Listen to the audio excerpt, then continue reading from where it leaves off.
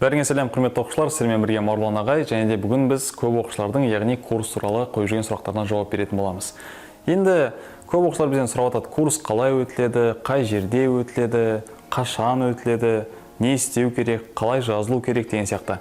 Вот қазір сіздерге соның бәрін әдемілеп тұрып жеткізетін боламыз. Ал дайын болсаңыздар, онда мұқият тыңдаңыздар.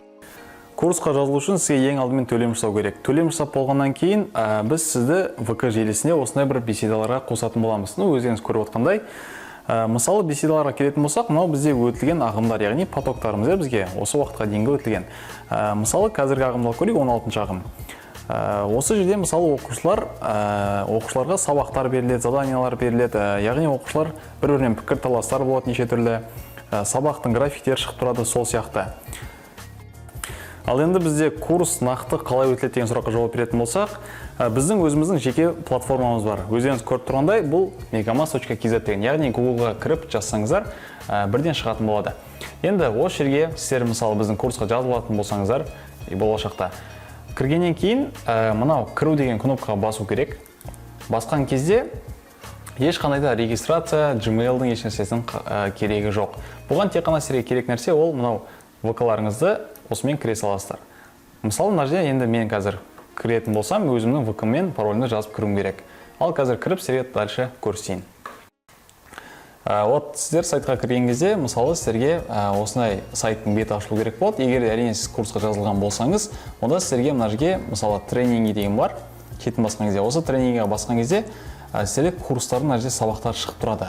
Қандай курстар қай кезде өтілу керек, яғни тікелей эфир арқылы білесіздер. Ал егер сіз ешқандай курсқа жазылмасаңыз, онда бұл жерде еш нәрсе тұрмайды. Мысалы, бір пәнге жазылсаңыз, математика, онда сізге құрым математика шығып тұрады. Екі пәнге жазылсаңыз, онда математика, физика деген сияқты. Сонымен ешқандай да қиындығы жоқ, түсінікті деп ойлаймын.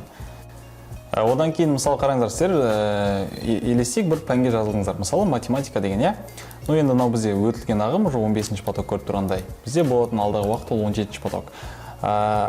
Кірген кезде сізде мына жерде енді біздің сабақтардың барлығы өтіліп қойды тікелей эфирмен. Мысалы, сіздің қолыңыз болсамай, әртүрлі жағдайлармен, мысалы, сабақты өткізіп алдыңыз. Ол кезде ешқандай уайымдамай, сол сабақтың тақырыбына керегіне кіресіз.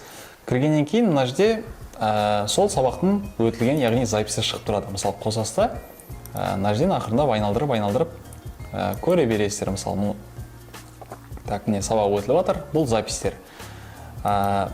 Міне сол сияқты тағы да айтатын болсақ, бізде мына жерде үй жұмысы деген бар. Тренингге қайттан кіреміз. Мысалы, физиканың үй жұмыстары. Кіресіздер да, мысалы, керек пәндерді таңдайсыздар. Енді біз әр мысалы сабақты тікелей эфирмен өтеміз ғой.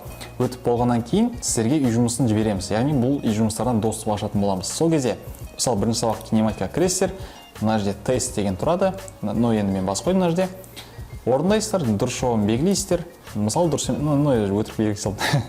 Дұрыс белгілейсіздер, сонымен дальше үй жұмысын орындап болғаннан кейін міндетті түрде түсінбей қалған сұрақтарыңыз болса, онда бізге жіберіп, дальше больше білімдеріңізді арттыра бересіздер. Сонымен қорытындылай келе, құрметті оқушылар, біздің курстар енді кешкі ыңғайлы уақыттарда сабақ негізі өтіледі. Тікелей эфир арқылы қайталап айтамын, чтоб кейін сұрақ болмау үшін. Одан кейін қайталау запистары шығады, яғни бір айдың ішінде біз сіздерге барлық тақырыптарды басынан бастап әдемілеп тұрып үйрететін боламыз. Сондықтан да ОБТ-ға аз уақыт қалды, біздің курстарымызға жазылыңыздар, білмегендеріңізді сұраңыздар, яғни өздеріңіз жаңа көрдіңіздер, неше түрлі пікірталастар болады беседамызда, яғни мүмкін ол жерде бір-бірлеріңізді мүмкін болашақта кездесіп қаласыздар. Сондықтан да менің ойымша негізі бұл жақсы нәрсе, бір айдың ішінде барлық тақырыптар және де қайталау сабақтарымен еще.